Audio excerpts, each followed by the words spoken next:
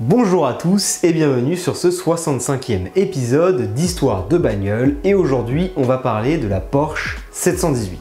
Alors la première chose que je voudrais dire c'est qu'on ne va absolument pas parler des 718 Boxster et Cayman. On va parler de la 718 qui a couru en endurance dans les années 60, ok? Donc absolument pas les Boxster Cayman qui sont eux actuellement au catalogue.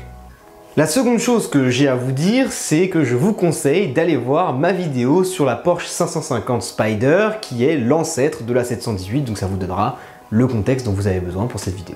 Après les succès de la 550 Spider, du coup, Porsche pense d'abord à la faire simplement évoluer. Et puis, en fin de compte, il décide de la remplacer tout en gardant la même philosophie, et c'est ainsi qu'en 1957 est présentée la 718 RSK.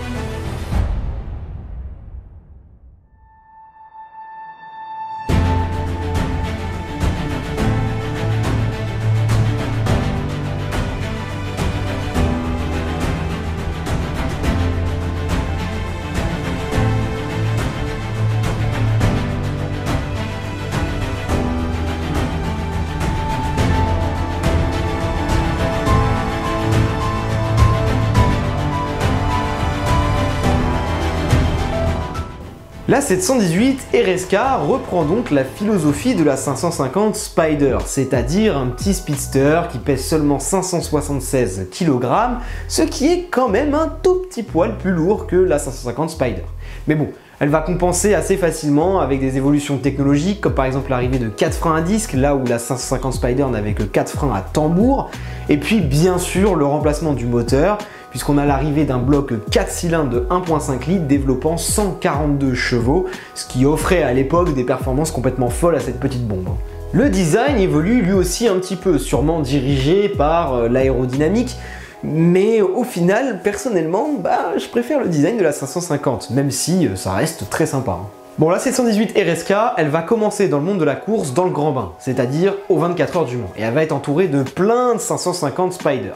Malheureusement, la 718 RSK va subir un crash et ne finira pas la course. Mais on a pu constater au cours de cette course que sur les tours qu'elle a effectués, elle a été bien plus performante que la 550 Spider et surtout beaucoup plus fiable. Et ça, c'est pas rien.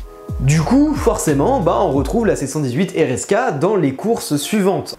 En 1958, Porsche va rencontrer quelques difficultés avec le perfectionnement de la 718 RSK, si bien que le retard engendré empêchera la 718 RSK de faire les premières courses du championnat d'endurance. Mais la 718 va se rattraper en obtenant une 3e place aux 12 heures de Sebring, puis une 2e place à la Targa Florio, et puis une 3e et 4e place aux 24 heures du Mans, rien que ça.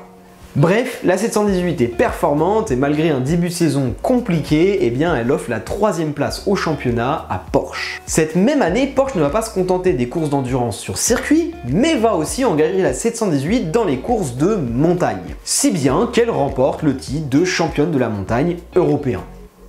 Rien que ça. Toujours la même année, Porsche pense à s'engager en Grand Prix et modifie donc un châssis de 718 pour obtenir une monoplace, la 718 F2.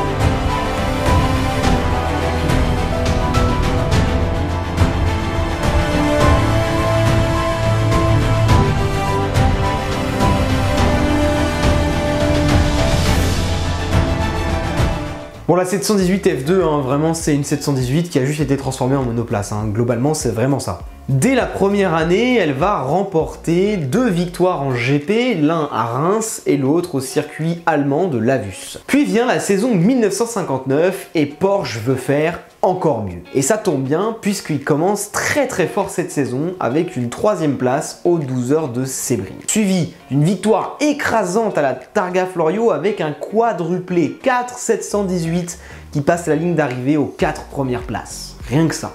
Malheureusement, aux 24 heures du Mans, la 718 va avoir des problèmes de fiabilité. Aucune des voitures engagées n'a fini la course. Et ça, c'est triste et c'est vraiment un coup dur. Heureusement pour Porsche, leur 2e place à la dernière course du championnat leur a permis de conserver leur 3e place au championnat du monde d'endurance. Du côté du championnat européen de la montagne, domination totale, voilà, encore une fois. 1959, ce n'est pas non plus n'importe quelle année, ça marque un événement intéressant, c'est l'arrivée de la 718 F1.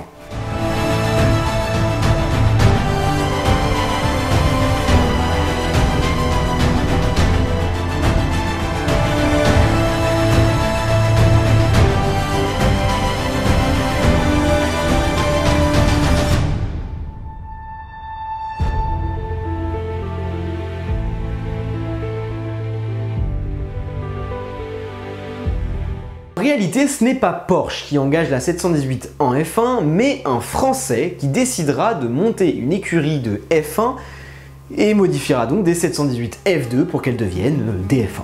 Malheureusement, le côté artisanal et le manque de moyens de cette petite écurie de course feront que la 718 F1 n'obtiendra pas des résultats très concluants.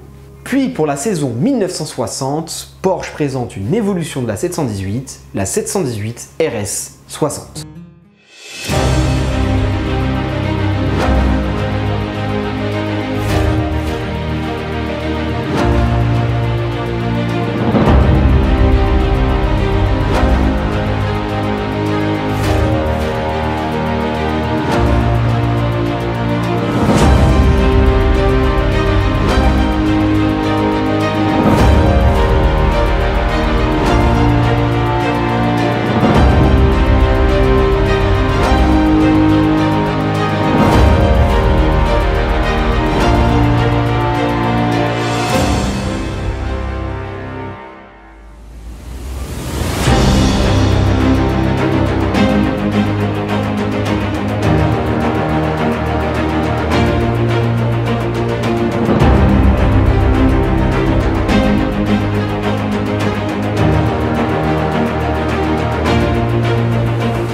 Il s'agit quasiment de la même voiture, à ceci près qu'elle a quelques petites évolutions technologiques et surtout une évolution de moteur.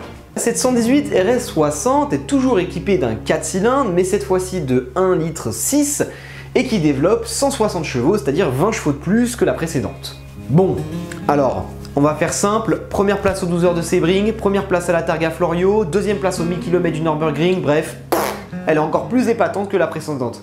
C'est incroyable. Au championnat de la montagne, par contre, Porsche va faire un choix assez amusant, ils vont garder la 718 RSK. La 718 RS60 ne courra pas au championnat de la montagne. Et il se trouve que la 718 RSK va dominer pour la 3e année consécutive le championnat de la montagne européen. Ok.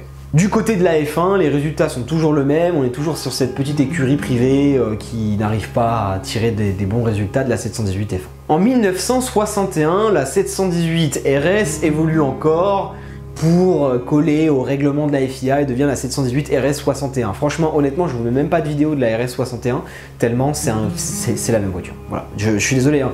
Je n'arrive pas à voir de différence entre la RS60 et la RS61. Alors si quelqu'un a le petit tips pour les reconnaître du premier coup comme ça en commentaire, n'hésitez pas à le mettre.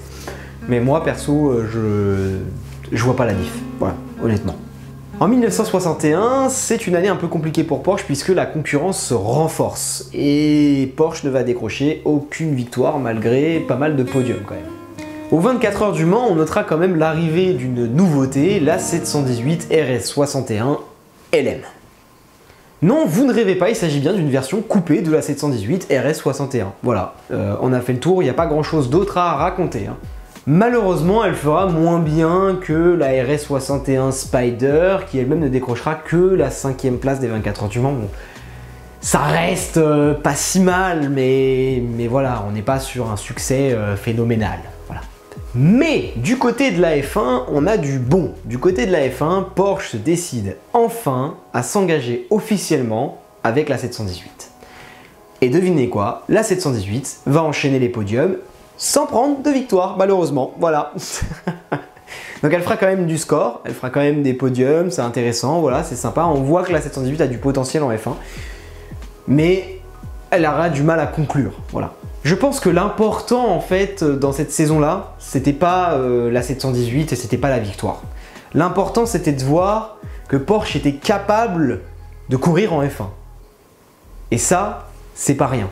Et maintenant, du coup, quelle est la suite logique? Et bah construire une vraie F1 et pas une F1 dérivée d'une F2, elle-même dérivée d'une voiture d'endurance. Voilà. Donc, effectivement, Porsche par la suite, je ne vais pas continuer à parler de ça dans la vidéo, mais Porsche par la suite construira une F1. Et fait intéressant, cette F1 construite aura un impact aussi sur l'endurance. Ouais, bah ouais. Puisque qu'est-ce qui se passe en même temps que la construction de cette F1? Et on est obligé de constater que la 718 n'est plus à la hauteur en endurance. Bon, alors, comment est-ce qu'on peut faire? Bah, on peut améliorer la voiture. D'accord, ok. Et comment on pourrait faire? On vient de créer une F1 avec un V8, et si on prenait le V8 et qu'on le foutait dans la 718, mesdames et messieurs, c'est ainsi qu'en 1962, Porsche présente la 718/8.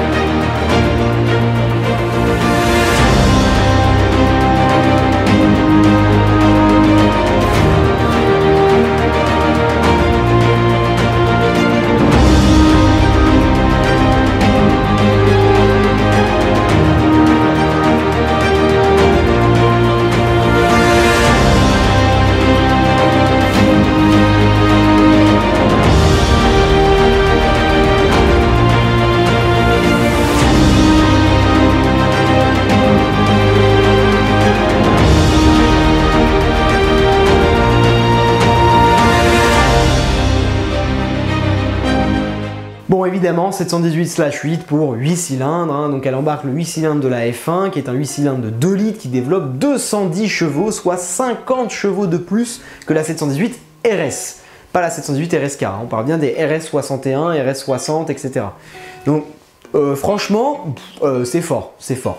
Et encore une fois, Porsche va s'aventurer et tenter à nouveau l'expérience du coupé. Malgré des résultats en hausse avec une 3e place à Sebring et aux 1000 km du Nürburgring, une 2e place à la Targa Florio, la 718 est absente de plein de courses du championnat pour une raison un peu obscure cette année-là.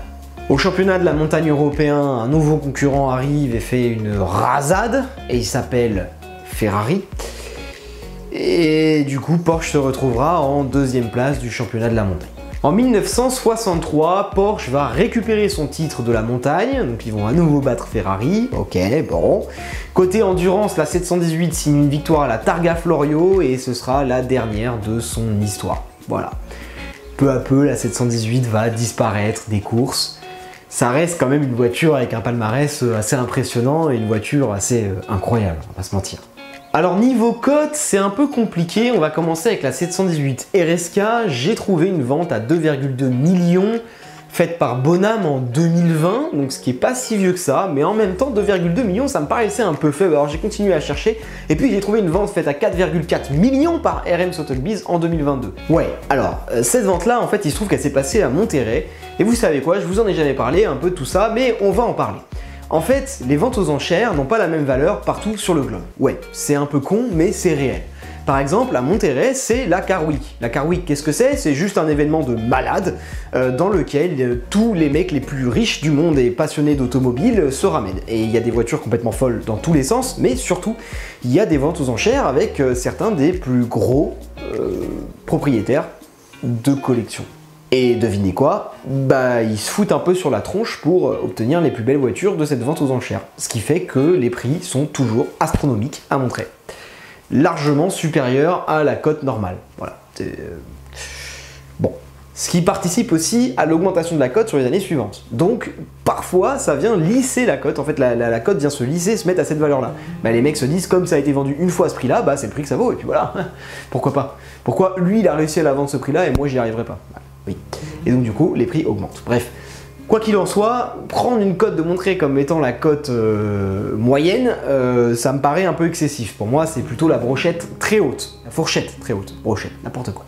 Donc voilà, c'est pour ça que je vous ai mis 2 ventes, parce que ça se situe quelque part entre 2,2 et 4,4 millions. Voilà.